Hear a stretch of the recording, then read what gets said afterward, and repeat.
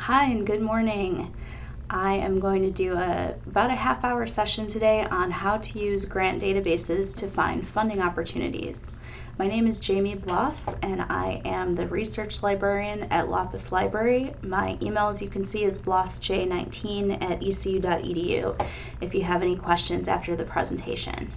So I'm hoping to go through today and we'll have looking at these learning outcomes. So my hope is that you'll be able to locate the grant research sources on the library homepage, be able to access and run a search in the SPIN database, remember how to set up SPIN funding alerts, and learning how to search the foundation directory online.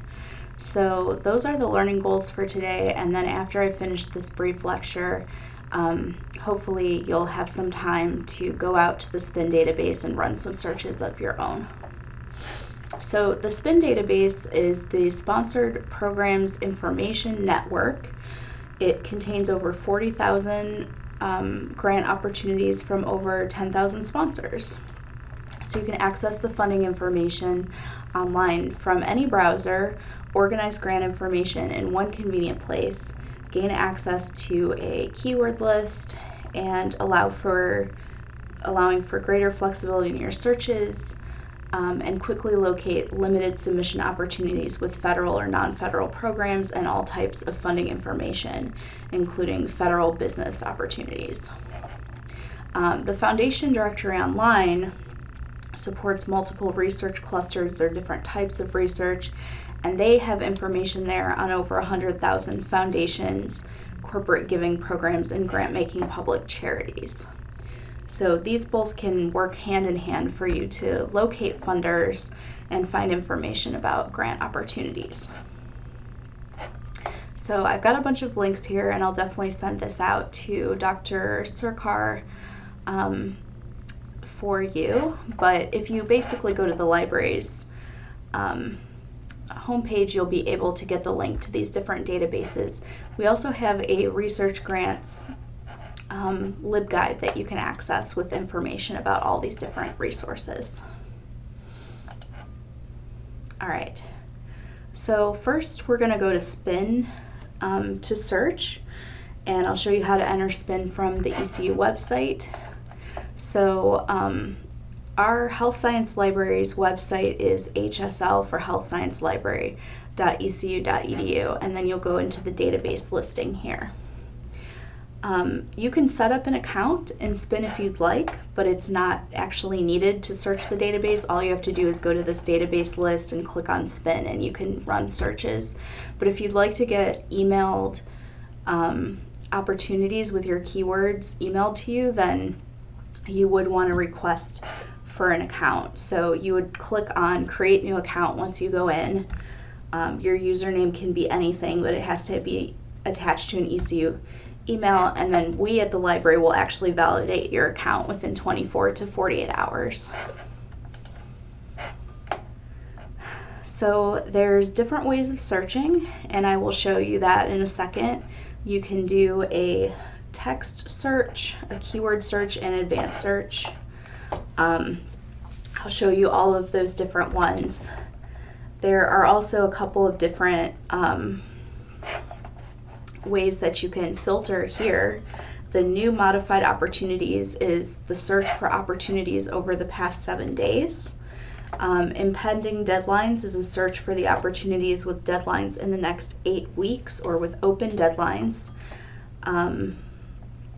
There's also limited submission programs that you can search for as a preference, and with ECU we do typically ask you to go through the research office to make sure that you're the only person submitting for that limited submission program. The Fed Biz Ops are the search for U.S. business opportunities, which are going to be sorted automatically by the date updated. And the other two items, the Federal Register Guide and non-traditional sources, are some guides and resources that you can use for your funding search. So we're going to go into the database. We'll go out to that, and I will show you. So if you just Google Lapis Library, you'll be able to get to our homepage. And we'll go to that databases list like I was saying. And we do actually have, if you browse by types, there's grants here, or you can go to S for the SPIN database. So these are the different ones that we have. Grants.gov is open, but SPIN is one that we pay for, and Foundation Directory Online. So let's use the SPIN first. So if you were to sign in, you would go here to sign in, and if you need to create a new profile, you would click there. I'm going to log in just so that I'm logged in and ready to go for saving opportunities. And we'll go into the search. We're just going to do a text search, and we'll search for, I'm going to search for health literacy grants and click locate funding. And then right there you'll have a way of, it will bring up all of those different funding opportunities for you. You can sort alphabetically by the sponsor name, by the number, the opportunity title, deadlines. So let's sort by deadline. So some of these are older, and these are the ones that you'd have a lot more time for December 2025. Let's say that I wanted to save this search. I would hit save up here. I would name my search. I would say, do I want to receive an email update, and put plain text. In the update frequency, I can do daily or weekly. Those are your only two options. So I have a couple searches that run every week, and they get sent to my ECU email for me to look at those opportunities. So that's the basic search. We also have preferences under here. So these are where you can put in your location. Applicant location is where you are, so you'd put Greenville, North Carolina. Applicant type. Here we can put individual or organization applicant. Project type. You can say what type of project you're going for. Project location. We can narrow this down to North Carolina. So we could put that here, and then that's selected over there, and we could do save and exit. So that's going to now limit to my search results to results that are available for me in North Carolina. I can also go to preferences to see the project location is checked off, and then citizenship. So you can pick which country you're from, where you hold your citizenship, so that let's say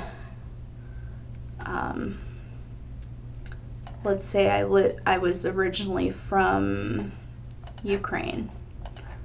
I can put that there, and then that's going to limit down again to what I'm allowed to apply for. So these preferences are really useful.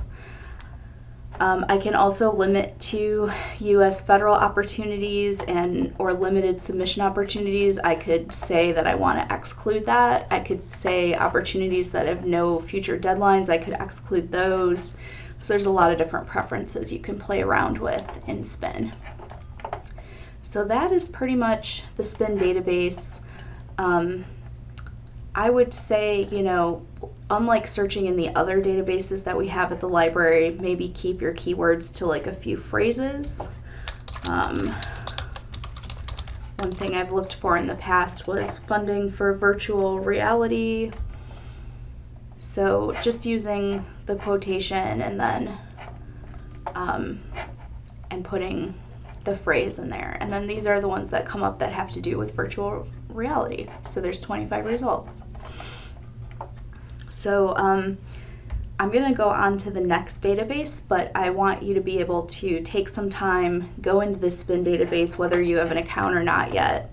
You can either go in and request your account, but just do go in and try to locate some funding based on a topic that you're interested in. All right. So we're going to go back to the presentation. We talked about the different preferences, the location. project location, citizenship. We talked about saving the searches. So we'll talk a little bit now about the Foundation Directory online. They have essentially the same principles of searching, but they have a little bit better user interface with auto drop list and tips for searching in the search fields. This is more like a grants database that you can find out who did the fundings and who were the recipients, who was the grant maker, what were the funding details. So this offers good reference information to find out who was funded from a variety of different funders. So the SPIN database shows you active opportunities that you can apply for, whereas the Foundation Directory online, you could see, well, this corporate giving organization has funded these types of projects in the past. So it's a little bit different, but something that you can search and look through. So the other thing that's really important about this is that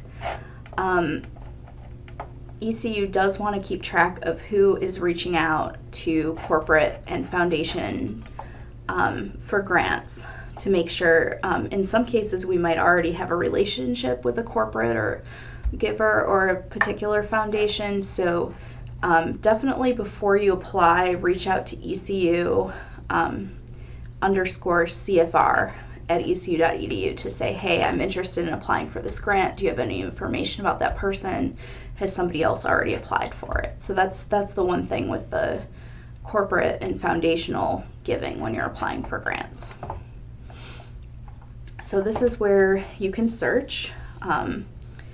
So let's go to the Foundation Directory. We're going to search for geographic focus and applications accepted in North Carolina.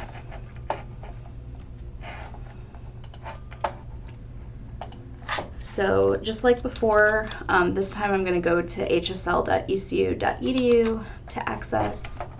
We'll go to our database list and we'll go to our grants databases and click on Foundation Directory.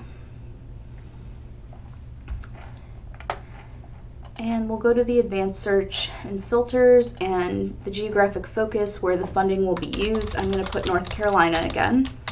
You could put whichever area you're looking at. We're going to tick off North Carolina. Population served, I'm going to say, let's look for,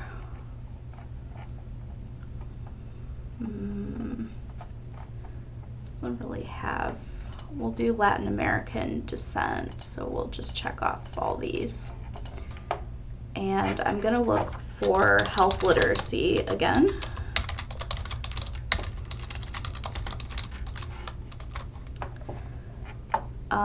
This is where you could search for things that ECU, for example, has done in the past.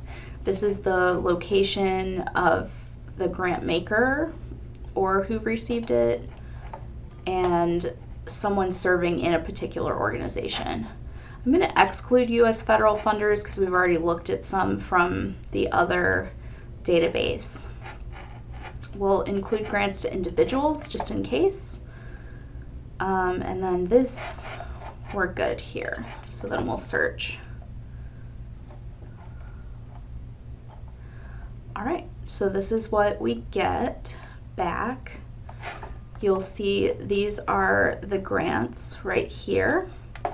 This is the city, how much was funded, and then we can look at the different grants. So we have, for example, this recipient where it was funded, and we can look at all of these. So these were community and economic development grants, and this was for at-risk youth, economically disadvantaged people, people of Central American descent, community and economic development. And this was in Wake Forest. And Lemonade International Inc. had received this and from the Duke Energy Foundation in 2018. So that's how you can look at that. And then you can just go to the next record to look through those. So that's essentially how you can find funding for that. This one doesn't have the citizenship box like we have with the SPIN database, but it can also be a useful thing to look at funding within North Carolina. And you don't have to put the population, just put a few of these in, and then you can search it that way. All right, so one other for health sciences researchers resource that I wanted to point out to you is that there is an NIH Reporter, so you can search for who has NIH awards at ECU. I find this very interesting for my work and to see what faculty and graduate students might have research awards through the National Institutes of Health at ECU. You can search by year, you can search by organization, and you can see what active grants are going on. So that can be pretty interesting, and like who's been awarded grants in the past. Other services that I offer as a research librarian. So obviously, if you get stuck, I can help you look for grant funding with SPIN or the Foundation Directory online. Additionally, I can help you set up an ORCID ID. I can help you with Science CV and NIH and NSF biosketches. So if you need assistance with writing those, I've done both NIH and NSF biosketches and used Science CV in the past, so I can help you get set up with that. And the easiest way to do that is by having an ORCID ID already, which is a unique identifying number that you would attach to your publications as they start coming out. Like I'm doing now, I can teach various classes or an information session on different research topics. I can help with searching bioinformatics or NCBI resources. I can assist you with looking for journals to publish in or ones that we have open access agreements with at ECU for the publishing fee to be waived. We have a systematic review service here at Lapis Library. And so those are some of the main services that I offer as a research librarian. We also have, of course, our physical therapy liaison librarian, who's currently Corey Harmon, and we have a research data librarian who can help with figuring out where to deposit research data, writing a data management plan. She's also great with data visualization and using different software, and her name is Xiaolan Q. So feel free to reach out to me for any of the things above or to our other liaison librarians below that. All right, so if you can, I would love for you to fill out the feedback form. So I'll give you a second to access the QR code. I can also email the link to that to your professor. And I really appreciate your attention. We did this in about 18 minutes, so please take some time now, if you can, in class to check out SPIN and the Foundation Directory online. And if you have any questions, feel free to reach out to me. Thank you so much. Bye.